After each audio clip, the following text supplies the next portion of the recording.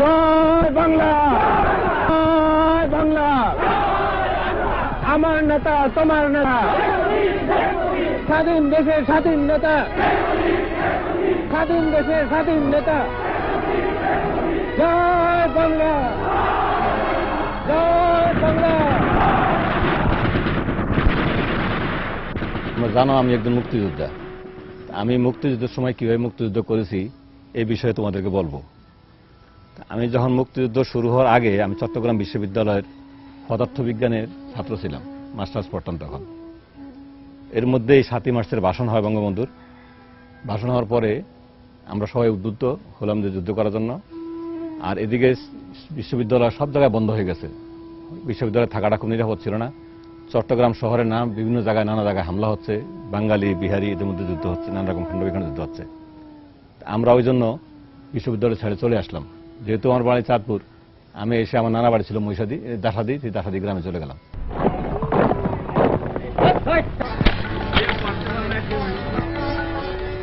April মাসের প্রথম দিকে আমাদের সঙ্গে আর্মির একটা ছেলে আসে, নাম আব্দুর রব। সে আইসা বলে, স্যার ইন্ডিয়াতে ট্রেনিং করানো হয়, আপনারা যদি মুক্তিযুদ্ধ করতে চান তো আপনারা ইন্ডিয়া যেতে পারেন, আমি নিয়ে যাবো আপনাদেরকে, আমরা চিনি। তো আমরা দেখলাম এখানে যুদ্ধ পাকিস্তানিরা যখন 26শে মার্চে আক্রমণ শুরু করলো, এই গ্রামে গঞ্জে সব জায়গায় গিয়ে আগুনে বেজে বাড়ি পোড়ায়, ইয়াং যুবক ছেলেদেরকে মেরে ফেলে। তারপরে এখানে প্রথম যে প্রতিরোধ যুদ্ধ হলো এটা ব্যর্থ হয়ে গেল। এলাকার স্থানীয় যুদ্ধ হওয়ার পরে এরা সব পিছনে চলে গেল, গিয়ে পাকিস্তানিরা সব শহরে দখল করে আস্তে আস্তে গ্রামের দিকে ছড়িয়ে পড়া শুরু করলো। আমরা দেখলাম একদিকে আমাদের মুক্তিযুদ্ধ করার জন্য আমাদের নিজের মনোবৃত্তি ছিল, আর একই সঙ্গে দেখলাম যে তারা এখানে যুবক ছেলেদেরকে নিয়ে ধরে ফেলে মেরে ফেলে, আর আগুন দিয়ে গ্রাম বাড়ি সব পড়ে ফেলে। তা আমরা এখানে থাকাটা কোনো অবস্থায় নিরাপদ মনে করি নাই, যে মরতে যখন হবেই তো যুদ্ধ করি মরি। ওই ছেলেটা যখন বললো যে আপনারা ইন্ডিয়া চলেন, আমরা তখন ইন্ডিয়াতে চলে গেলাম। আমি গেলাম, আমার সঙ্গে আরো 8 জন গেল। এর সঙ্গে শাহজাহান কবির, শামসুল কবির, সালাউদ্দিন, আবুল কাসেম, ওই এলাকার অনেক ছেলে ছিল। আমরা সব চলে গেলাম ইন্ডিয়াতে। এটা এপ্রিল মাসের মাঝামাঝি। তো প্রথমে গিয়ে আমরা বক্সনগর নামে ইন্ডিয়াতে একটা ক্যাম্প আছে, সেই ক্যাম্পে উঠলাম রাত্রেবেলা। সেখানে একদিন থাকার পরে সেখানে জায়গা হয় না, অনেক লোকজন মুক্তিযুদ্ধের এই এলাকার থেকে, বাংলাদেশ থেকে ওখানে গেছে। সেখান থেকে পাশে একটা ক্যাম্প আছে, সেগুলো মেলাঘর গিয়ে আমরা 10-12 দিন ছিলাম সেখানে। সেখানে একটা ক্যাম্পের ইনচার্জ, ওখানে অনেকগুলো ঘর ছিল থাকার জন্য, সনের ঘর। তো সনের ঘরের মধ্যে আমরা থাকতাম, আমাকে একটা ইনচার্জ করা হলো। ডেলি লোক আসে 50 জন 60 জন করে আসতে, দেখা যায় 300-400 লোক রাখতে হয়। খুব কষ্ট করে থাকতাম আমরা, মাটিতে লোক বিছনা করে, মাটির মধ্যে খড় বিছিয়ে খড়ের মধ্যে থাকতাম আমরা। পাহাড়ের টিলার উপরে ক্যাম্প। একদিন মাঝে মাঝে জঙ্গলে যেতাম কাঠ কাটতে, ওই লাকড়ি চুলা রান্নাবান্না করার জন্য। তারা ছোট ছোট অস্ত্র ট্রেনিং করা হতো। এর মধ্যেই এইগুলো প্রায় প্রাথমিক ক্যাম্প। এখান থেকে কতদিন পরই সিলেক্ট করে নিয়ে ভালো ট্রেনিং করানোর জন্য নিয়ে যাওয়া হতো। একদিন আমাদেরকে বলা হলো, তোমাদের মধ্যে কারা নদীর পাড়ের ছেলে এবং সাঁতার কাটতে জানো, তাদেরকে একটা বিশেষ ট্রেনিং দেওয়া হবে। তা আমরা যারা নদীর পাড়ের ছেলে, আমরা বললাম যে হ্যাঁ আমরা কিছু আছি, আমরা নদীর সাঁতার জানি, আমাদের বাড়ি চাঁদপুরে। এইভাবে তারা বিভিন্ন ক্যাম্প থেকে যারা সাঁতার জানে এবং নদী এলাকায় বাড়ি, তাদেরকে সিলেক্ট করলো। সিলেক্ট করে আমাদেরকে নিয়ে গেল গিয়ে একবার তোমার গুয়াহাটি হয়ে, কলকাতার হাওড়া হয়ে একদম পলাশী, আর পলাশীর মাঠের পাশে হলো ভাগীরথী নদী। আমরা সেখানে গিয়ে জানতে পারলাম পাকিস্তান থেকে 8 জন নেভির অফিসার, এরা ফ্রান্সে গেছিল জাহাজ আনতে, সাবমেরিন নিয়ে আসতে। ওরা ওখান থেকে পলে আসছে, ওরা লন্ডন হয়ে দিল্লিতে আসে। দিল্লি থেকে আসার পরে ওদেরকে বলা হলো তোমরা এই ক্যাম্পগুলোকে ট্রেনিং শুরু করো। তো ওরা আসলো ওখান থেকে, আর ইন্ডিয়ান নেভির লোকেরা আমাদেরকে ট্রেনিং দেওয়া শুরু করলো। তো ওখানে 3 মাস প্রশিক্ষণ হয়। এই 3 মাস প্রশিক্ষণের মধ্যে আমাদের ছিল প্রতিদিনই ফিজিক্যাল ফিটনেসের জন্য ট্রেনিং করানো হতো, পিটি করানো হতো। আর একটা ছিল আনআর্ম কমব্যাট, মানে খালি হাতে কিভাবে মানুষ মারতে হয়, এটা শেখানো হতো। তারা ছোট ছোট অস্ত্র পরিচালনা শেখানো হতো। এর মধ্যে LMG, রাইফেল, SLR, SMC, আর সঙ্গে সঙ্গে যে মাইন দিয়ে আমরা জাহাজ ডুবাবো, সেই মাইন কিভাবে জাহাজ লাগাইতে হয়, মাইন দিয়ে কিভাবে জাহাজ বিস্ফোরণ করতে শেখানো হতো। তার ম্যাপ রিডিং শেখানো হতো, কি কোন রাস্তা দিয়ে তোমরা কিভাবে চলবা, উত্তর দিক কোনটা পূর্ব দিক কোনটা, এগুলো জানার জন্য। এই সাঁতার কাটানো শেখানো হতো দৈনিক 7 থেকে 8 ঘন্টা 10 ঘন্টা, এবং রাত্রেবেলা হয়তো, দিনের বেলা হয়তো, রাত্রেবেলা হয়তো। কারণ আমার গেরিলা যুদ্ধগুলো মোটামুটি রাত্রেবেলায় বেশি হয়েছে, আর পাকিস্তান রাত্রেবেলা বেশি মুভ করতো না। তো আমরা ওখানে প্রতিদিন নিয়মিত ট্রেনিং করতাম। সেখানে আমরা প্রথম দিনই গান ট্রেনিং করার সময় আমাদের গান বলা হতো, জাতীয় সঙ্গীত গাইতাম আমরা। সেখানে বলা হতো আমার সোনার বাংলা আমরা তোমায় ভালোবাসি। একটা গানের লাইন আসলে আমরা প্রায় সবাই চোখের পানি ফেলে দিতাম, মা তোমার বদন খালি মলিন হলে আমরা নয়ন জলে ভাসি। এটা আমরা ওখানে টের পাইছি আসলে কি জিনিস। কারণ আমরা দেশ ছেড়ে চলে গেছি ওখানে, নিজের জীবন বিসর্জন দেওয়ার জন্য প্রস্তুত ছিলাম আমরা। দেশ আক্রান্ত, হাজার হাজার লোক, লক্ষ লক্ষ লোক মারা যাচ্ছে, এই ফিলিংসটা আমাদের ভিতরে আসলো যে দেশ আমাদের স্বাধীন করতে হবে, মর্তজন হবে, যুদ্ধ করে মরবো। 3 মাস প্রশিক্ষণ করার পরে আমাদেরকে আগস্ট মাসের প্রথম দিক দিয়ে আবার নিয়ে আসা হলো প্লেনে করে আগরতলাতে নিয়ে আসার পরে বলা হলো একজন লিডার হবে, দলের মধ্যে একজন ডেপুটি লিডার হবে। আমার দলের একজন লিডার ছিল বদিউল আলম, তাকে আলাদাভাবে ক্যাম্পেইনের গান শেখানো হলো, 2টা গান মুখস্থ করলাম এবং বলা হলো তোমরা একটা ট্রানজিস্টার দিয়ে দেওয়া হলো, আর আমাদের ওখান থেকে চাকু দেওয়া হলো, আর সাঁতার কাটার জন্য ফ্রিঞ্জ যেগুলো যে আমরা ট্রেনিং করছি এগুলো এখান থেকে নতুন করে আবার দেওয়া হলো প্রত্যেকের হাতে। কিন্তু গান শেখানো হলো মাত্র 2 জনকে, যাতে এটা লিক আউট না হয়। প্রথম 2টা গান শেখানো হলো, সেই গানগুলো মুখস্থ করে বলা হলো তোমরা ভারতীয় যে রেডিও চলে আকাশবাণী, যে আকাশবাণীর থেকে 12, 13, 14, 15 যে কোনো দিন সকালবেলা 7:30টার খবরের পরে একটা গান গাওয়া হবে, সেই গানটা তোমরা সন্ধ্যা যদি শুনো সেদিন প্রস্তুতি নিবা। আবার ফাইনাল একটা গান বাজানো হবে, সেই গানটা হলে তোমরা অপারেশন করবা। আমরা আগস্ট মাসের প্রথম সপ্তাহে রওনা দিলাম, আবার 9 তারিখে রওনা দিলাম ইন্ডিয়ার থেকে। রওনা দিয়ে আমরা আসলাম একবারে বর্ডার হয়ে তোমার নারায়ণপুর হয়ে এসে আমরা দাসাদি উঠলাম 12 তারিখ রাত্রে। দাসাদি ইব্রাহিম বিএবিটি সাহেব, তার নামে বিটি সাহেব রাস্তা আছে, অনেকে মেরে ফেলছে অনেকে পাকিস্তানিরা। তো সেই ওনার রাস্তা থাকলাম, রাতে থাইকা সেখান থেকে আমরা ইলিশ মাছ ধরার নৌকা, তোমরা দেখছো কেউ? একটা নৌকা 3 জন লোক থাকে, জাল থাকে। আমরা ইলিশ মাছের 8টা নৌকা নিলাম, এরকম 8টা নৌকা নিয়ে আমরা মেঘনা নদী দিয়ে ওই উত্তর পাড় থেকে আমরা এই নদী দিয়ে এখানে চলে আসি। আচ্ছা, এই বাড়িতে উঠি আমরা 13 তারিখ রাত্রে। এখানে সকালবেলা আওয়াজ হলো, গান আসলো আমাদের। আমি যত তোমায় শুনিয়েছিলাম গান, এই সকাল 7:30টার পরে গান বাজলো। আমরা গিয়ে শহরে গিয়ে কি করে দেখলাম কোথায় কোথায় জাহাজ আছে, কোথায় কোথায় বার্জ আছে, কোথায় এসডি লঞ্চটা আছে, এগুলো দেখে আসলাম গিয়ে 2 জন গিয়ে। আমি আর সাধারণ করে গেলাম ওখানটায়। 14 তারিখ পাকিস্তান দিবস, ওদিন অপারেশনের কথা ছিল আমাদের, মোটামুটি আইডিয়া দেওয়া হয়েছিল, কিন্তু 14 তারিখ কোন কারণে জানি অপারেশন হয় নাই। 15 তারিখ সকালবেলা আবার আকাশবাণীর থেকে গান বাজলো। আজকে সন্ধ্যা মুখোপাধ্যায়ের গান, আজকে আমার পুতুল দাবি প্রথম শ্বশুর বাড়ি। এই যখন 14-15 তারিখ সকালবেলা বাজলো, আমরা রেডি হইলাম। এই 15 তারিখ দিবাগত রাত্রে, যাতে 16 তারিখ রাত্রে হয় থেকে আমরা এখান থেকে বেরিয়ে আমরা ওই করিমঘাট স্কুলটা আছে, স্কুলের ঘাটে ওখানে গিয়ে নৌকা দিয়ে আমরা। আপনাদের দলটা কতজন ছিল? আমরা ছিলাম প্রথম 22 জন। 22 জনের মধ্যে আমরা এখানে আসলাম 18 জন, আর 4 জন ছিল রাস্তা নদীর ওপারে, ওই দাসাদি গ্রামে ছিল ওরা। ওদেরকে রাখছিলাম যে আমরা এদিকে যাই, যদি ওদিকে কোনো জাহাজ আছে তাহলে তোমরা অ্যাটাক করো।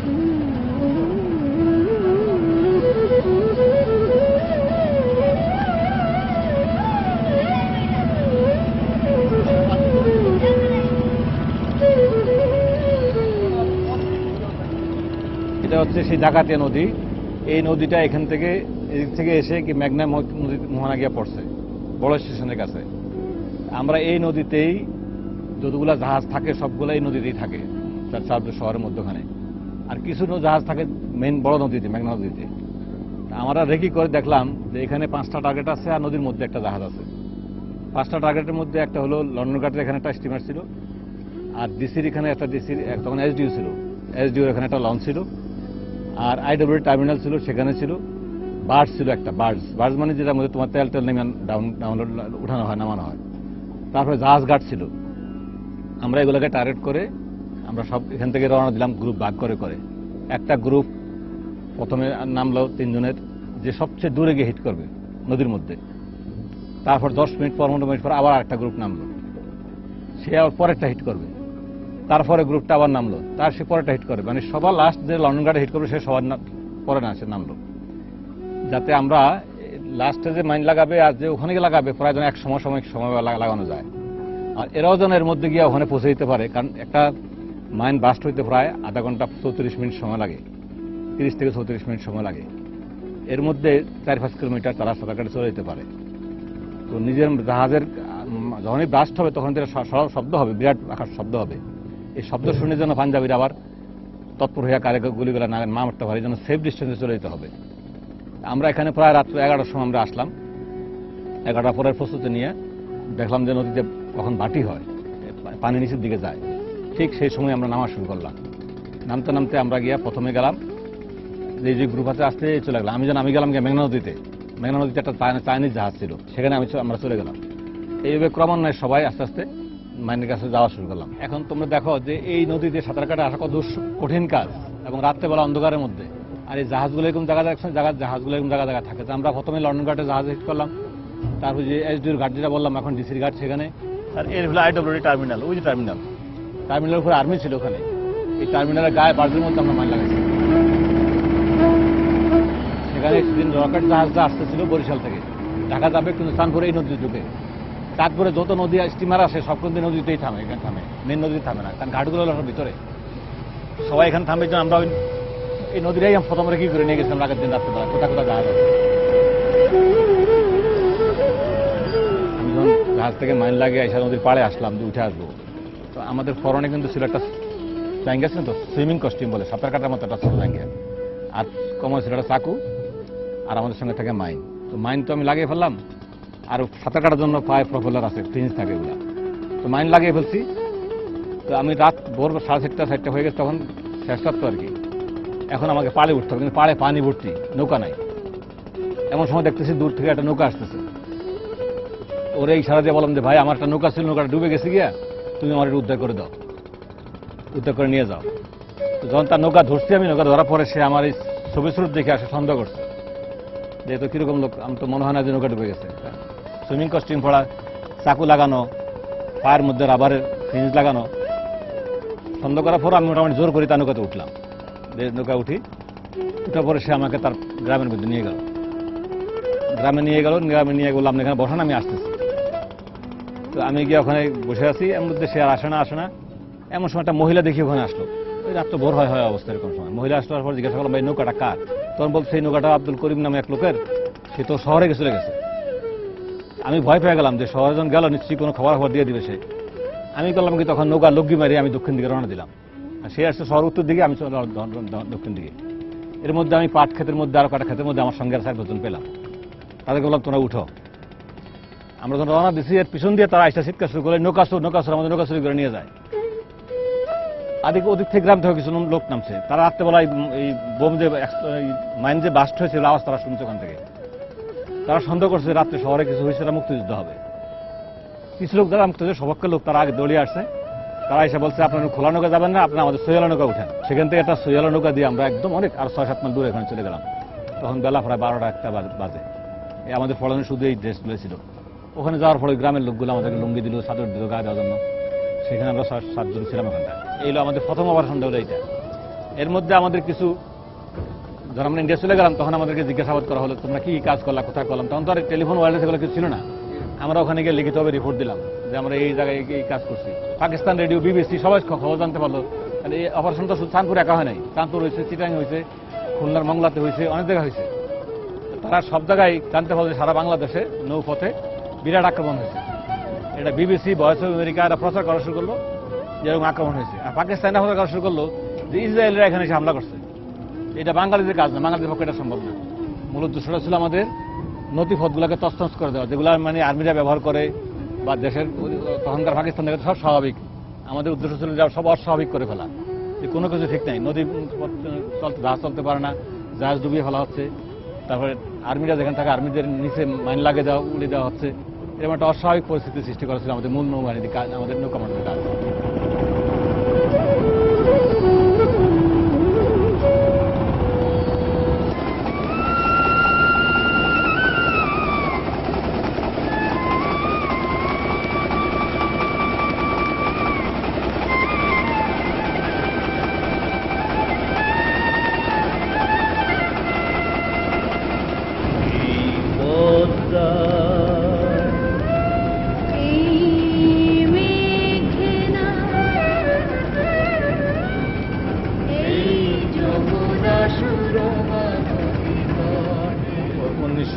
সনের 29শে অক্টোবর আমরা একটা অপারেশন করি ওপারে।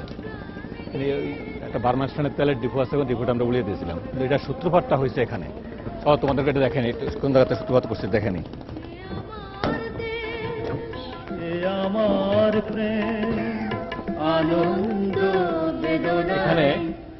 এখানে সকালবেলা আমি একজন লোকের সঙ্গে সহায়তা নিয়ে, এক্সপ্লোসিভ নিয়ে, যেগুলো দিয়ে বোম উড়িয়ে ফেলা যায়, এক্সপ্লোসিভ নিয়ে এসে আমরা এখানে এই আজাদ মিল আছে, এটার মধ্যে আমরা উঠছি। সেই অপারেশনের একটা প্ল্যানিং আমরা এখানে বসে করছিলাম। এবং এখানে আব্দুল ওহাব নামে এক ভদ্রলোক আমাদেরকে একটা ডায়াল মিলে, আজাদ ডায়াল মিলে আমাদেরকে রাখছিলেন এখানটায়। সেখানে বসে আমরা প্ল্যান করি এবং এখান থেকে এক্সপ্লোসিভ নিয়ে আমরা চলে যাই।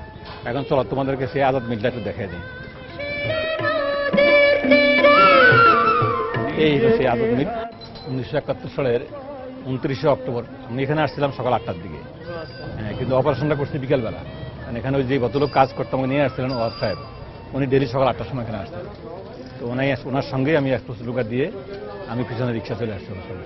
এখানে কি আপনাকে সাহায্য করেছিল? এখানে সাহায্য করার মধ্যে উনি এইভাবে প্রথমে এখানে ছিলেন, তারপরে আমি এখান থেকে যখন এক্সপ্লোসিভ নিয়ে চলে যাই, ওনাকে বলছিলাম যে আপনি আমাকে গিয়ে 5 নম্বর ঘাট থেকে আবার নিয়ে আসবেন। আমি এদিক দিয়ে গিয়ে বার্মাস তেলের ডিপোতে গেছি, আর উনি নৌকা নিয়ে গিয়ে ওই ঘাটে ওয়েট করতেছিলেন। আমি এক্সপ্লোসিভ লাগিয়ে 3 মিনিট সময় দিলাম, 3 মিনিটের মধ্যে ব্লাস্ট হবে। 3 মিনিটের মধ্যে ব্লাস্ট হয়ে গেছে, সব আগুন লেগে গেছে, এলাকা অন্ধকার হয়ে গেছে। আমরা দৌড়ে ফেলে আসছি, আসার দিকে এখান থেকে সব লোক দৌড়ে ফেলাচ্ছে। এখানে একটা লোক ছিল পানের টং দিয়েছিল, তার আমি বললাম তুমি আমাকে 500 টাকা দাও। সে আমাকে কি চিনল না ছিল আমি জানি না, কিন্তু সে 500 টাকা দিল। দেওয়ার পর আমি একটা রিক্সা উঠে একদম আবার সেই পশ্চিম চান্ডা সেখানে চলে গেছি, সেখানে গিয়ে আবার অবস্থান নিয়েছি। এখন চলো আমরা যেখানে অপারেশন করছি বার্মাস তেলের ডিপো, সেই অপারেশনের জন্য এক্সপ্লোসিভ সেখানে আমি তোমাদের নিয়ে যাই, সেটা দেখাবো সেখানে কোন জায়গায় আমরা মাইন্ড সেট এক্সপ্লোসিভ সেট করছিলাম।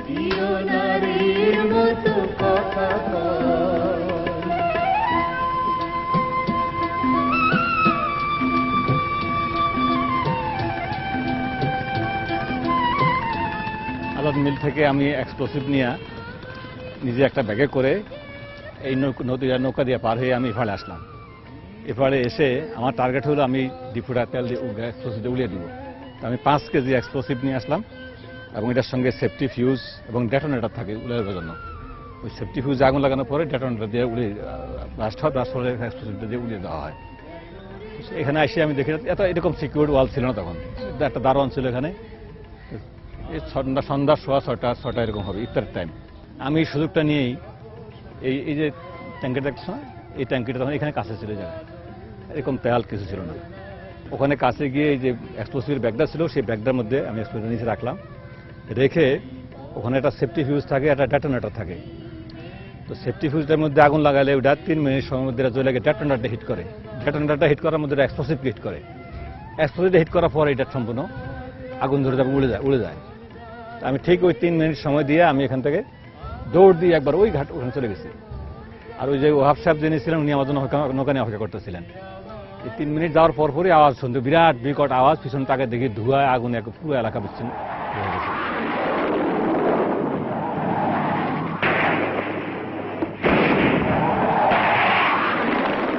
যেহেতু ঝুঁকি নিয়ে আপনি কাজটা করেছেন, আপনার তখন ভয় করে নাই? আপনার মনের অবস্থাটা তখন কেমন ছিল? আর রিস্কটা থেকেই যায়। আর আমরা যারা গেরিলা যুদ্ধ করি, আমরা জীবনের মায়া ত্যাগ করি যুদ্ধে নামছি। মানে জীবনকে বাজি ধরেই আমরা নামছি এখানে। মৃত্যু যে কোনো সময় হইতে পারে, জীবনে মায়া করে আমরা কোনো অপারেশনে যাই নাই। এই রিস্ক নিয়ে আমরা আসছি এখানে। হয়তো আমরা যখন এক্সপ্লোসিভ লাগাইছি 3 মিনিটের আগে 2 মিনিটও হয়ে যেতে পারতো, দৌড়ে আমার গায়ে লাগতে পারতো, বাট সেই মৃত্যুর ভয় আমরা কোনো সময় করি নাই। আপনি অপারেশনে একা একা আসার সিদ্ধান্ত নিলেন কেন? একা প্ল্যান এখানে আসলে বেশি লোক আসলে ভয় কারণ ছিল, কারণ দারোয়ান একা, আর এখানে যদি বেশি লোকজন আসা যাওয়া করে, গেরিলারা নর্মাল নিয়ম হলো গেরিলারা 1-2 বেশি যায় না কোথাও, বা 3 জন ম্যাক্সিমাম।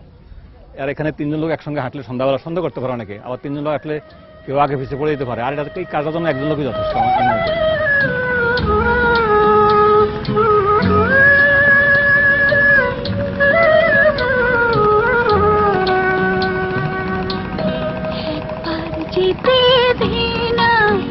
আমার ছোট্ট সোনার গায় একবার যেতে দিনা আমার। এই জায়গাটার নাম হচ্ছে লন্ডন ঘাট, চাঁদপুরের লন্ডন ঘাট হিসেবে এটা বিখ্যাত।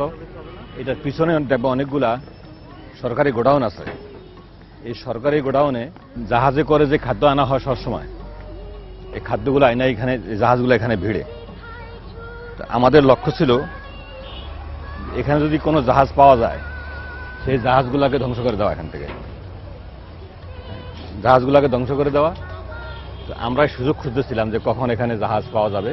বার্মাস তেলের ডিপো উড়িয়ে দেওয়ার পরেই আমরা সখন দেখলাম যে এখানে একটা জাহাজ আছে। আমি দৌড়ে চলে গেলাম গিয়া আমাদের যে ক্যাম্পা ছিল ওই দক্ষিণে চান্ডা বললাম, দক্ষিণ পশ্চিম চান্ডা, সেই চান্ডায় চলে গেছি আমরা। সেখানে গিয়ে আমি লোককে বললাম যে এখানে জাহাজ আছে, চল এটাকে ডুবাইতে হবে। 2টা গ্রুপে আমরা ভাগ হয়ে আসলাম। একটা গ্রুপে ছিলাম 3 জন। এই 3 জনের কাজ ছিল আমরা মাইন লাগাবো জাহাজে। আর একটা গ্রুপ ছিল আমাদের কারণ এই যেখানে জাহাজগুলো থাকে সেখানে পাহারা থাকে, রাইফেল নিয়ে পুলিশ মিলিটারি এগুলো পাহারা থাকে। আর এটা খাদ্য গোদাম, তো এখানে এমনি বেশি পাহারা থাকে। আচ্ছা, আপনি কোন দলে ছিলেন? আমি ছিলাম, আমরা যে গ্রুপটা হলো জাহাজে মাইন লাগাবে সেই গ্রুপের মধ্যে। আমি, আমার সঙ্গে ছিল আরো দুইজন, একজন নাম ফজলুল কবির, আরেকজন নাম ছিল আব্দুল হাকিম। আর বাকি আরো 6 জন ছিল আমাদের সঙ্গে। ওই যে ডব্লিউ রহমান জুট মিল এবং ওই স্টারগা জুট মিল একটা পথ আছে না, আমাদের লক্ষ্য ছিল যে আমরা এখান থেকে মাইন লাগিয়ে আমরা ওখান থেকে বেরিয়ে যাবো। এই জন্য ওখানে ছিল একটা গ্রুপ। ওটা লক্ষ্য ছিল যদি এখান থেকে আক্রমণ হয় আমাদের উপরে, তারা পাল্টা আক্রমণ করবে, এই ফাঁকে আমরা নিচে দিয়ে চলে যাব। ঠিক আমরা এই কাজ প্ল্যান করে আগালাম। আমরা এই যে ডব্লিউ রহমান জুট মিলটা দেখতেছো এখানে, এই মিলের বিরুদ্ধে দিয়ে আসছে, তখন এই নদীতে আমরা এখানে নামলাম, এই পানিতে নামছি। অক্টোবর মাসের 30 তারিখে আমরা অপারেশন করি, তো পানি মোটামুটি এই লেভেলে ছিল। তো আমরা চুপ করে রাত্রে অন্ধকারে, তখন রাত্রে 1:30 থেকে 2টার মধ্যে আমরা এখানে চলে আসি। এখানে আসার পরে আমরা 3 জন পায়ের মধ্যে ফিনিশ লাগিয়ে আমরা কচুরিকে আড়াল করে আমরা এই জাহাজের কাছে চলে আসি। জাহাজটা তখন এখানে ছিল, লম্বা করে রয়েছিল। 3 জনেই ভাগ করে নিয়েছি যে কে সামনের অংশ লাগাবে, কে মধ্যের অংশ লাগাবে, কে পিছনের অংশ লাগাবে। সেই হিসাবে আমরা 3 জনে 3 জায়গায় মাইক লাগালাম। আমি মধ্যের অংশ লাগাইছি। সে প্রথমে আমরা চাকু দিয়ে একটু ময়লা পরিষ্কার করে নিয়েছি, পরিষ্কার করে নিয়ে মাইন 3টা লাগাইছি। আর যেহেতু একটাই টার্গেট, বেশি ঝামেলা ছিল না, আমরা টার্গেট করে আমরা এখান থেকে ওই মিলের কারখানা, যে ডব্লিউ মিলের পথটা আছে আমাদের ওখানে, সেখানে আমরা চলে গেছি। এটা টের পায় নাই, একদম টের পায় নাই। চুপচাপ করে আমরা এখান থেকে রওনা হাইটে চলে যাচ্ছি। ডব্লিউ রহমান জুট মিলটা পার হওয়ার পরে একটা গ্রাম আছে, ইসলি গ্রাম। ওখানে যখন আমরা গেছি, তখন আমাদের এই 34-35 মিনিট যেটা সময় লাগে, এই সময়টুকু পার হয়ে গেছে। তখন আমরা বিকট আওয়াজের শব্দ শুনতে পাই, 3টা আওয়াজ, 3টা মাইনি এক্সপ্লোশন।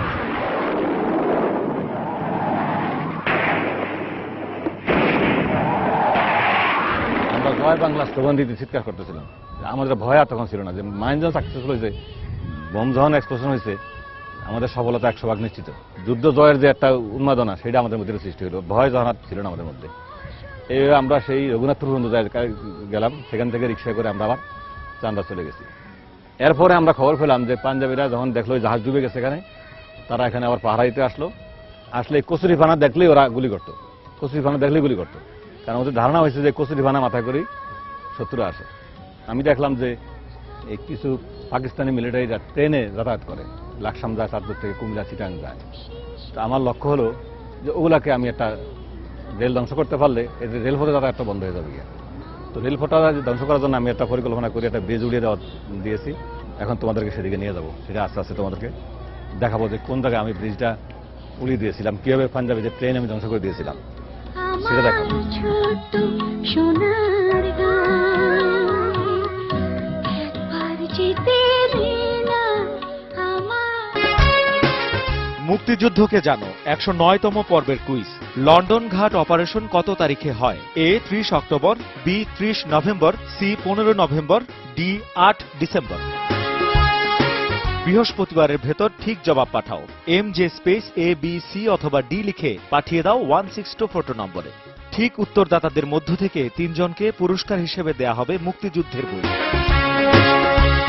মুক্তিযুদ্ধকে জানো 108তম পর্বের কুইজের ফলাফল। প্রশ্ন ছিল, মুক্তিযোদ্ধা শফিকুল হক ছোটু কত নম্বর সেক্টরে যুদ্ধ করেন? সঠিক উত্তর এ সেক্টর 7। এই পর্বের বিজয়ীরা আকাশ, শোভা ও সৌরভ। যথাসময়ে তোমাদের ঠিকানায় পৌঁছে যাবে পুরস্কার।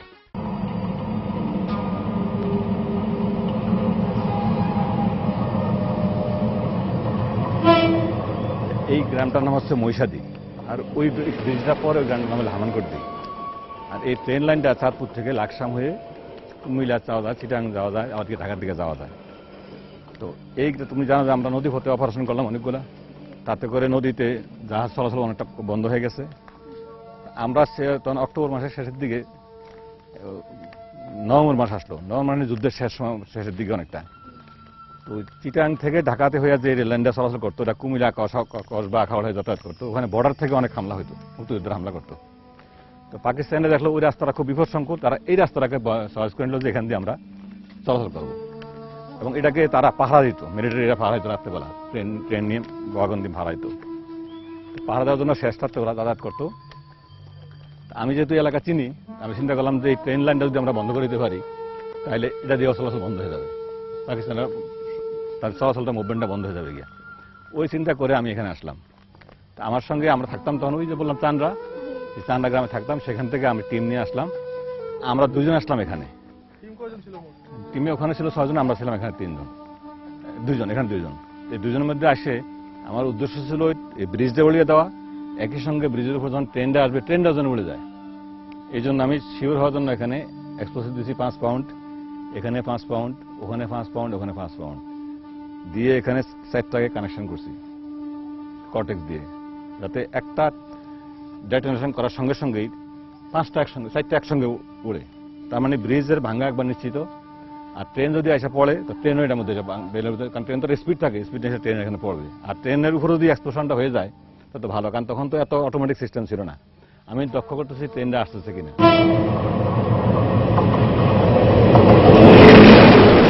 আর আমি এখান থেকে তার দিয়ে গিয়ে ওই গাছের নিচে লম্বাটা তার থেকে বলে কটেক্স, লম্বা ওই তারের নিচে ওই বাড়িটা কোনো এখানে পৌঁছে দিচ্ছি যে ওরা এখানে আসলে আমি মেসের আগুন লাগাবো। মেসের আগুন লাগালে সঙ্গে সঙ্গে ওইটা 1 সেকেন্ডের মধ্যে এখানে হিট করবে, এখানে এসে 1 মিনিটের মধ্যে আবার এটা সেফটি ফিউজটার মধ্যে আগুন ধরে গিয়ে এটা বাস্ট করবে। এই হচ্ছে। আর আমি নামে মান্নার নামে যে ছেলেটা ছিল তাকে রাখলাম ওই দূরে, সেখানে টেলিফোনের লাইন ছিল। টেলিফোনের লাইনটা ছিল জন্য যে আমার এটা উড়ার সঙ্গে সঙ্গে তো তার ভয়ঙ্কর অবস্থা হবে, পাঞ্জাবের এলাকা নেমে যাবে রাস্তা, আগুন আগুনটা লাগাবে, তখন তুমি ওটা উড়ে দিবা, তাহলে ওদের অ্যাটেনশনটা আরো দূর হবে, যে ওদিকে আরো আছে বা আরো দিকে থাকতে পারে, ওরা ভয় পাবে। তো সেই হিসাবে আমি এটা রেডি করে গিয়ে ওই গাছের নিচে এখানে বসে রয়েছি, দেখি যে ট্রেন আসতেছে কিনা। কারণ ট্রেন ডেলি আসে আমি জানি। আমি বসে রয়েছি, ঠিক ট্রেন ওখানে আসে, কাছাকাছি আসার সময় আমি দেখলাম যে 1 মিনিট লাগবে এখানে আসতে। এমন সময় মেসের কাটি দিয়ে আগুন দিয়ে দিলাম কটেক্সের মধ্যে। তো কটেক্স সাঁ করে জ্বলে আইসা এখানে আইসা 1 মিনিটের মধ্যে এটা উড়ে গেল। উড়ে যাওয়ার সঙ্গে সঙ্গে ট্রেনও এখানে আসলো। ট্রেনের সামনে 2টা বাগান ছিল খালি, বালি ভর্তি থাকতো ওরা নিরাপত্তা ইঞ্জিনের জন্য, ওগুলা পড়লো এখানে, ইঞ্জিনটা এসে পড়লো। পিছনে আমার বালু ভর্তি গাড়ি ছিল 2টা, সেগুলো পড়লো। এর পিছনে ছিল মিলিটারি, যারা কোচের মধ্যে যারা থাকে, আর্মিরা ছিল। তো ওরা যখন এই অবস্থা দেখলো, আওয়াজ হলো, এখানে হলো, ওখানে হলো, এই ওরা নামে গুলি করা শুরু করলো, অসংখ্য গুলি করা শুরু করলো, হাজার হাজার গুলি। আচ্ছা, পাকিস্তানি মিলিটারিরা যখন গুলি ছুড়লো তখন আপনি কি করলেন? গুলিতে আমি ভয় পাই না বেশি, কারণ গুলিতে উঠতে চলে আসছে। আমি মাটি নিচে বাড়ির পিছনে আড়ালে বসা, বাড়িটা উঁচা, নিচে খাটের মধ্যে বসা। কিছুক্ষণ পরে মোটর মারা শুরু করলো। মোটর দেখে এদিকে পড়ে, ঘুম করে পড়ে, দিকে পড়ে। মোটর যেখানে পড়ে সেখানে কিন্তু গর্ত হয়ে যায়, আর মাটি একবার বিরাট পুকুরের মতো হয়ে যায়। আমি ভয় পেলাম যে হয়তো এবার দক্ষিণে মোটরে মারা যাবো। আমি কাদা করে বললাম যে আস্তে আস্তে আমি বড় হয়ে যাবে, দেখি দেখে দেখে আমি এই খালের মধ্যে গড়ায় গড়ে এসে পড়লাম। সব যেরকম গড়ায় গড়াইতে গড়াইতে এসে এখানে পড়লাম। এখানে পড়ে সাঁতরে এবার ওই নদীর মাথায় চলে গেছি। সেখানে একটা জাল ছিল, ওই বেল জাল দিয়ে মাছ ধরে। ওর নৌকা ছিল, ছোট একটা কোষা নৌকা। ওর নৌকায় গিয়ে উঠলাম। ওর নৌকায় উঠলাম যে আমার লোক আছে পিছনে, আমাকে ওখানে নিয়ে যাও। তো কোষা নৌকা নিয়ে আমি চলে গেলাম ওই যেখানে আমাদের 6 জন ছিল পিছনে আমাদের আনার জন্য, পাটারি বাড়ি ছিল, এই পাটারি বাড়ি ওখানে গিয়ে আমি খাবেলাম। আচ্ছা, পরের দিন হলো কি, এখানে এটা তো সারা রাত্রে গোলাগুলা করলোই, এখানে 7টা বাড়িতে আগুন দিয়ে জ্বালিয়ে দিয়েছে। এই বাড়িটা আগুন জ্বালাইছে, ওই পিছনে বাড়িটা জ্বালাইছে, এখানে বাড়ি জ্বালাইছে, এই বাড়িগুলো সব জ্বালিয়ে দিয়েছে। আমি যুদ্ধ করার পরে 30-35 বছর এলাকায় বলতে পারি নাই যে কে এটা করছে, কেউ জানতো না, কারণ এই লোকগুলো তো ক্ষুব্ধ ছিল, তার বাড়ি ঘর আগুন লাগিয়ে দিয়েছে আমার কারণে। আমি 30-35 বছর পরে যখন দেখলাম যে না, এদের অবস্থা পরিবর্তন হয়েছে, ঘর বাড়ি আবার ঠিকঠাক হয়েছে, সাহায্য রাজ্য পাইছে, তখন বলতে পারছি যে আমি এখানে অপারেশন করছি। মানুষ তো জানতে পারছে, কিন্তু ওই সময় বলার মতো অবস্থা আমাদের ছিল না। আচ্ছা, আপনি ঠিক কটা বাজে এই অপারেশনটি করেন? এটা রাত্র 2:30 থেকে 3টার মধ্যে, 2:30 থেকে 3টে এই সময়টা হবে। নভেম্বরের 11 তারিখে আমরা অপারেশনটা করছি। ডিসেম্বরের 8 তারিখে তো সাতপুর স্বাধীন হয়ে গেছে, মানে স্বাধীনতা পড়া শেষ পর্যায়ে। তখন তারা এমন ভয় পাইছে যে দিক দিয়ে চলাচল করতো না, ট্রেন চলাচল বন্ধ ছিল অনেকদিন।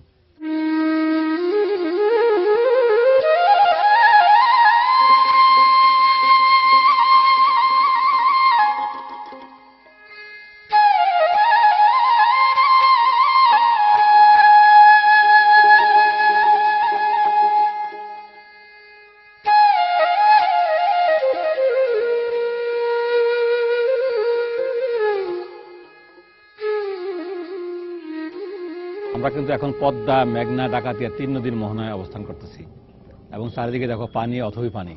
আমরা আগস্ট মাসে যখন প্রথম যুদ্ধ করি তখন এই নদী আরো ভরপুর ছিল, নদী আরো বিস্তৃত ছিল, এবং নদীর অনেক খরস্রোতা ছিল। আমাদের যুদ্ধের অবস্থানটা ছিল, যুদ্ধের এলাকাটা ছিল এই নদী ভিত্তিতে, নদীকে কেন্দ্র করে এবং নদীর বন্দরকে কেন্দ্র করে। এবং নদী বন্দরে যে পাক হানাদার বাহিনী যারা আসতো বা তাদের যে জাহাজ ছিল, তাদের যে অবস্থান ছিল, এগুলোর উপর আঘাত করা ছিল আমাদের মূল কাজ। এবং এই মূল কাজ করার লক্ষ্য ছিল আমাদের দেশের স্বাধীনতা অর্জন করা। বঙ্গবন্ধু 7ই মার্চের ভাষণে আমাদেরকে বলেছিলেন, এবারে সংগ্রাম মুক্তির সংগ্রাম, এবারে সংগ্রাম স্বাধীনতার সংগ্রাম। আরেকটা বলেছিলেন যে তোমরা যার যা কিছু আছে তা নিয়ে মুক্তিযুদ্ধে ঝাঁপিয়ে পড়ো। তা আমাদের তখন সেই যৌবন বয়স ছিল, যুবক ছিলাম আমরা মনে করেছিলাম যে যুদ্ধে যাওয়া আমাদের দায়িত্ব, কোনো কিছু প্রাপ্তির আশা নয়। দেশকে স্বাধীনতার উদ্দেশ্য নিয়ে আমরা যুদ্ধে ঝাঁপিয়ে পড়েছিলাম, জীবনের প্রতি ঝুঁকি নিয়েছিলাম। এই স্বাধীনতা অর্জন করতে গিয়ে আমাদের অনেক বন্ধু বান্ধব শহীদ হয়েছেন, অনেকে পঙ্গুত্ব বরণ করেছেন, যুদ্ধাহত হিসেবে এখন জীবিত আছেন। ভবিষ্যতে এই দেশকে গড়ে নেওয়ার দায়িত্ব তোমরা যারা অনাগত ভবিষ্যৎ বা যারা এখন তোমরা লেখাপড়া শিখছো, তোমাদের উপর দায়িত্ব বর্তায়। এই দেশকে এই স্বপ্ন নিয়ে আমরা দেশ স্বাধীন করেছিলাম, এই স্বপ্ন বাস্তবায়নের দায়িত্ব তোমাদের। স্বাধীনতা তখনই সফল হবে যখন দেশের মানুষ উন্নত জীবন পাবে, যখন এই দেশ থেকে দারিদ্র্য দূর হয়ে যাবে, দেশের মানুষ শান্তিতে থাকতে পারবে, তখনই স্বাধীনতা বাস্তবায়ন হবে, স্বাধীনতার সফলতা লাভ করবে। আমরা আশা করি তোমরা সেদিকেই অগ্রসর হবে। আমার দেশের মাটি তোমার পরে ঠেকাই মাথা, ও আমার দেশের মাটি তোমার পরে ঠেকাই মাথা। তোমাতে বিশ্বময়ী, তোমাতে বিশ্বমায়ের আঁচল পাতা, ও আমার দেশে